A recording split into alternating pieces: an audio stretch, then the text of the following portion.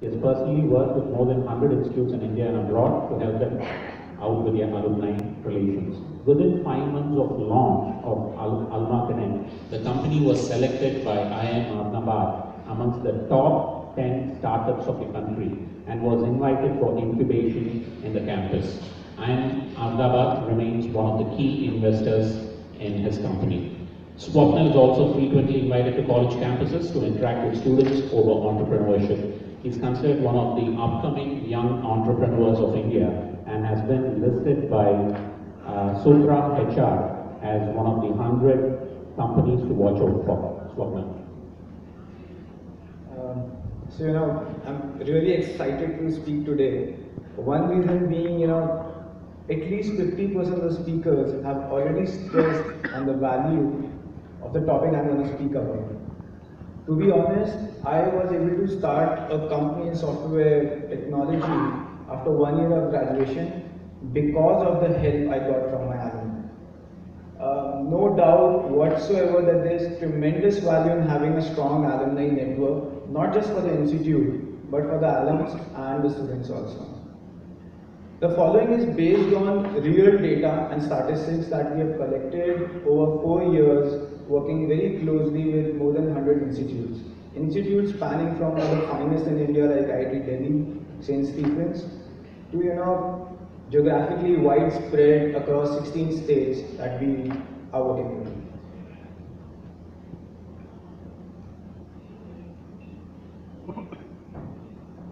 So the best way I thought to express my thoughts would be to take up a real example, which is quite familiar to you. You can relate to, is best suited for this audience. So this is a real example of one of our colleges which we worked with and how we looked up the problems and how we catered to it. So let's say this is college ABC having 5,000 alumni. They had a database of 1,000. Mostly recent years, it conducted one alumni event around the year. About 200, 300 people attended the event. Had a Facebook page, group was trying to do something there to engage with alumni. But the best part was that they always had a fear that some of the alumni have a negative feeling about the college. And they were never aggressive in reaching out to alumni because of this small fear of this some sort of negative feeling of students. So the first part is understanding the alumni. If you look at alumni, we can divide them into 5 categories. The first category is the doers. Now the doers are the students, when you go out in the class and you say, who wants to volunteer for this? I want to do it. Who wants to organize this? I want to do it. So these are these 10% people who are very active during the college time. Let's call them the doers. And they have the strongest affinity to give back. Whenever you're doing something about the college, whenever you put up a Facebook page or something, they just read the college name and they're there. They completely love you. Then we have the active audience, who will be present everywhere, who do not want to miss out on anything. They will attend every event, they will read out emails, but they won't do anything themselves. Then we have the followers who are doing something because someone is going.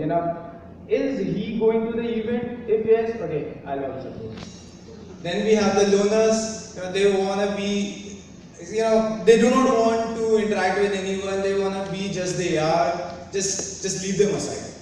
And then, of course, the haters, who for some or the other reason dislike the college. They have some grudges. And believe me, it is not the case with colleges who are not able to place their students. Even IITs face that problem. They say that they have killed my innovation, ability, and so on. So they are always a hater. Now the point is, forget about the last 30%. Always focus on the 70%. That's your market segment. That's who you are looking at. And inside that 70%, start with the first 10%, the doers. They're the easiest to tap. And they are going to be your nose. If you can make these 10% people happy, if you can make them active, rest will follow. So that's how we approached at the Alumni Network. Now, the remaining part of the story can be divided into 3 parts. First is finding alumni. Second is engaging them. And third is the real value benefiting out of them. So, the first problem how we tackled find alumni.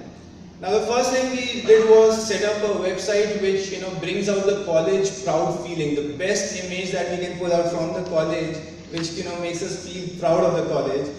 So that as soon as somebody sees that web page, he can relate to the college and bang on. Then becomes the complicated part where you need technology. Alumni are dispersed over the web. Some are active on Facebook, some on LinkedIn, some are not active at all. So you need to extract data. We kind of extracted data from LinkedIn, from Facebook, and the college records, and then we used big data technology to kind of merge this data into something which is accurate and usable.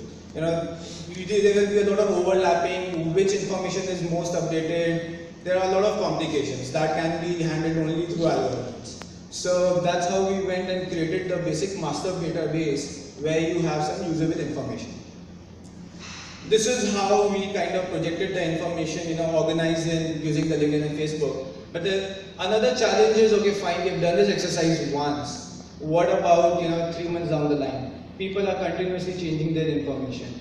So the real answer is that we have to use the social media, we have to have deep integration with Facebook and LinkedIn, so that where people are updating information, instead of fighting a war where we are saying that people will come up onto our system, onto our ERP system and update their profile themselves, that's not going to happen. So let's fight a simpler war, integrating the information that we already can get on Facebook and LinkedIn, and keep it auto-updated. If they change their information there, it should change here. That's how we tackle the problem. The second part, engaging them. One event in an year for all the alumni, across batches, across demography, across profession. And you expect that everyone will come and attend this event and they'll be super happy and all. Well, this is a personalized age where people are accustomed to being served according to their needs. We need to further break down the alumni, understand their key characteristics, and based on that they have their own needs, and then cater to them individually or maybe in a personalized way. The event, the main alumni event, is a build-up of the activities you do round the year. You engage them round the year, and the event is the final success, the story that you have built. So the three most important characteristics that we divided the alumni were: profession.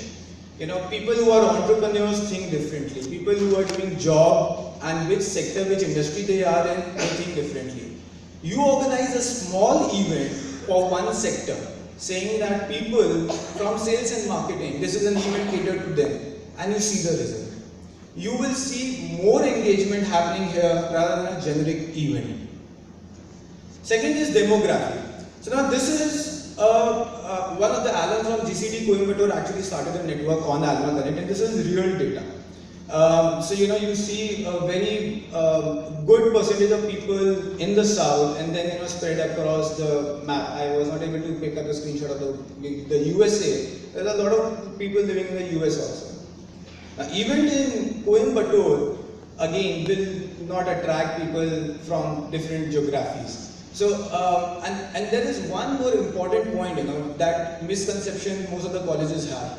A location which has more number of alumni is has weaker connections. The place where less alumni are there, they are much more strongly connected. Their desire to connect is much more. You look at the people in the US, they are ready to go out of the way to help each other. You just ask them, I'm dropping by Seattle and I need accommodation for 2 days, and you just see how warmly they are gonna greet you. So geography. Third is batch. Now, we further divide the alumni into young, mature, and senior alums. Their thought process, their needs changes. The young alumni, they are still interested in what's happening on the campus, who won the event, who were rusticated, whatever masala campus news they can get, because they still know people, right? Then they are looking for help in their career's next step. It can be a job, it can be further education, it can be anything that they want to pursue their career in. The mature alumni, they are the tricky slot, So some of them just are so busy in their professional life, they say, forget everything, anything that gives me benefit in my professional life, only I'm gonna spend time there, otherwise just forget everything. And the best are the senior alumni. They are the easiest to tap. They are going crazy for nostalgia. You just pick up one old photograph and then go, so emotional that at that time if you say, sir, ye help kar dijiye, oh yeah, you come, no doubt about that. So senior alumni want to give back. And they are the best ones to start with alongside the young alumni because you have database, you have more connections with them. Matured alumni are a little tricky.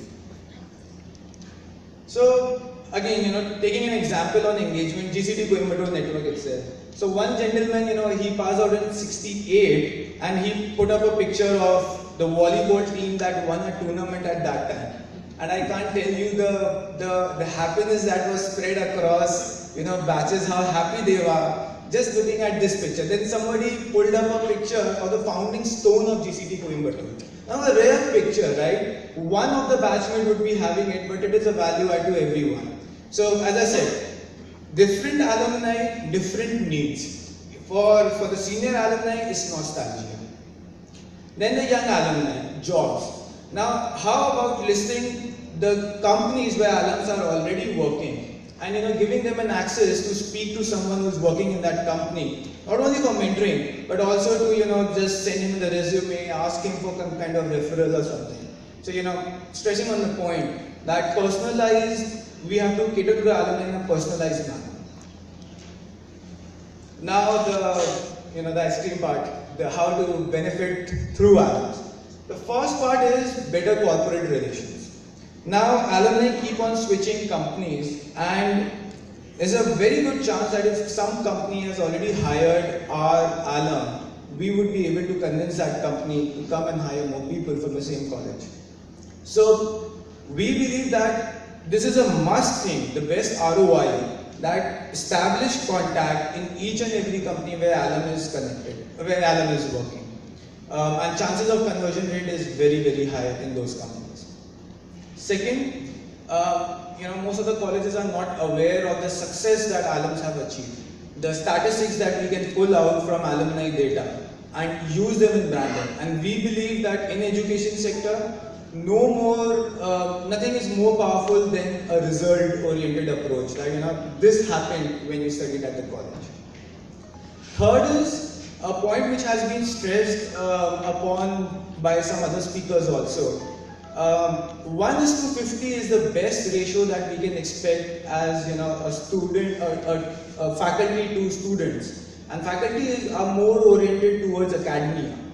But if we involve alumni in the right way, we already have organized data, right? Which are the alum with what education, what seniority level, which kind of domain they are working in, what expertise they have.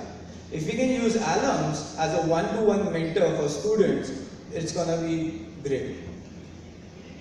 So this is what we did for this college ABC, and the results were that out of 5,000 database, 3,500 were available now and were constantly getting updated. 7 events in total in different locations. Grand Alumni Meet had 600 attendees. Connections to 55 new companies, out of which 50 visited the campus within 1.5 years.